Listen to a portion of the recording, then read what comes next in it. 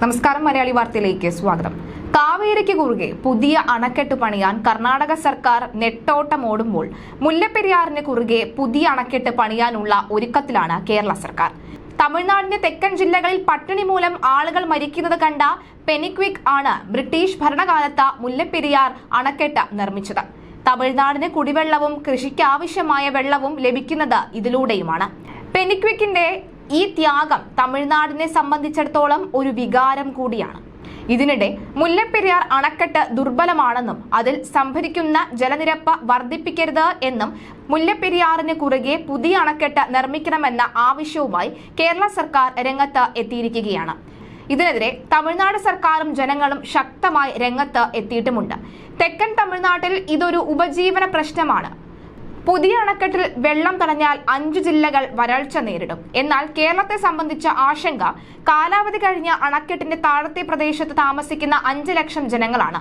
മുല്ലപ്പെരിയാർ അണക്കെട്ടിന്റെ സുരക്ഷാ അറ്റകുറ്റപ്പണികൾ മേൽനോട്ട ബോർഡ് മാത്രം നിർവഹിക്കണം എന്ന ഉത്തരവിടണമെന്ന് ആവശ്യപ്പെട്ട് ജോ ജേക്കബ് സമർപ്പിച്ച ഹർജിയിൽ തമിഴ്നാട് സർക്കാർ സുപ്രീംകോടതിയിൽ മറുപടി നൽകിയത് മുല്ലപ്പെരിയാർ അണക്കെട്ട് ജലശാസ്ത്രപരമായും ഭൂഗർഭപരമായും ഘടനാപരമായും ശക്തമാണ് എന്നാണ്.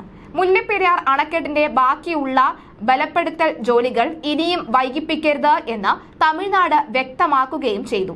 കേരളം ആവശ്യപ്പെടുന്ന സമഗ്ര സുരക്ഷാ വിലയിരുത്തൽ അത് കഴിഞ്ഞാൽ നടത്തേണ്ടതുണ്ട്. ബലപ്പെടുത്തൽ ജോലികൾക്ക് 2006 മുതൽ കേരളം തടസ്സം നിൽക്കുകയാണ്. അതിനാൽ സുരക്ഷാ വിലയിരുത്തൽ നടത്താൻ മേൽനോട്ട സമിതിക്ക് നിർദ്ദേശം നൽകണമെന്നും കേരളത്തിന്റെ അപേക്ഷ തള്ളണമെന്നും തമിഴ്നാട് ആവശ്യപ്പെട്ടിരുന്നു. എന്നാൽ മുല്ലപ്പെരിയാർ ഡാമിൽ മേൽനോട്ട സമിതി നിർദ്ദേശിച്ച ബലപ്പെടുത്തൽ നടപടികൾക്ക് തടസ്സം ഉന്നയിച്ചിട്ടില്ല എന്നും കേരളം സുപ്രീം കോടതിയെ അറിയിക്കും.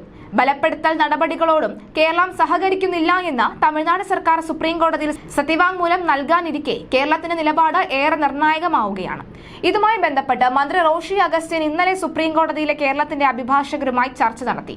ഡാമിന്റെ സുരക്ഷ സംബന്ധിച്ച വിദഗ്ധരുടെ സ്വതന്ത്ര സമിതിയെ നിയോഗിച്ച് പരിശോധന നടത്തണമെന്ന ഹർജി സുപ്രീം കോടതി പരിഗണിക്കാനിരിക്കെയാണ് ഡാം ബലപ്പെടുത്താൻ തമിഴ്നാട് മുൻകൈ എടുക്കണമെന്നും പുതിയ ഡാം വേണമെന്ന ആവശ്യം തത്വത്തിൽ അംഗീകരിച്ചുകൊണ്ട് തന്നെ ബലപ്പെടുത്തൽ പൂർത്തിയാക്കണമെന്നുമാണ് കേരളം ആവശ്യപ്പെട്ടിട്ടുള്ളത് എന്നും റോഷി അഗസ്റ്റിൻ പറഞ്ഞു. തമിഴ്നാടിന് ആവശ്യമായ ജലം കൊടുത്തുകൊണ്ട് തന്നെ പുതിയ ഡാം എന്ന ആവശ്യത്തിൽ രമ്യമായ പരിഹാരം കണ്ടെത്താനാണ് ശ്രമിക്കുന്നത്. പുതിയ ഡാമിന്റെ ഡിസൈനും പാരിസ്ഥിതിക ആഘാത പഠനവും പൂർത്തിയാക്കിക്കൊണ്ടിരിക്കുകയാണ്. സുരക്ഷ സംബന്ധിച്ച പുതിയ പഠനം വേണമെന്ന സുപ്രീം കോടതി നിർദ്ദേശം പാലിക്കപ്പെട്ടിട്ടില്ല എന്നും അദ്ദേഹം വ്യക്തമാക്കി. ഏറ്റവും അപകടകരമായ സ്ഥിതിയിൽ നിലകൊള്ളുന്ന അണക്കെട്ടാണ് മുല്ലപ്പെരിയാർ എന്നും ഈ അണക്കെട്ട് എപ്പോൾ വേണമെങ്കിലും അപകടത്തിൽപ്പെടാമെന്നും ന്യൂയോർക്ക് ടൈംസ് പുറത്തുവിട്ട റിപ്പോർട്ടിൽ അന്ന് ചൂണ്ടിക്കാട്ടിയിരുന്നു. 35 ലക്ഷം പേരാണ് ഇത് പ്രതികൂലമായി ബാധിക്കുന്നത് എന്നാണ് റിപ്പോർട്ടിൽ ഉണ്ടായിരുന്നത്.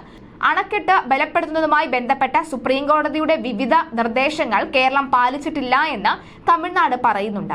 കേന്ദ്ര ജല കമ്മീഷൻ, വിദഗ്ധ സമിതി, ഉന്നതാധികാര സമിതി എന്നിവ ശുപാർശ ചെയ്ത ബലപ്പെടുത്തൽ ജോലികൾ പൂർത്തിയാക്കണം. 2021 ഡാം സുരക്ഷാ നിയമത്തിലെ 38-ാം വകുപ്പ് പ്രകാരം അണക്കെട്ടിന്റെ ഉടമസ്ഥരായ താങ്കൾ സമഗ്ര സുരക്ഷാ വിലയിരുത്തൽ നടത്തേണ്ടതുണ്ട്. നിയമം നിലവിൽ വന്ന് 5 വർഷത്തിനകം അത് ചെയ്താൽ മതിയെന്നാണ്. 2026 ഡിസംബർ 30 വരെ സമയമുണ്ട് എന്നാണ് വ്യക്തം.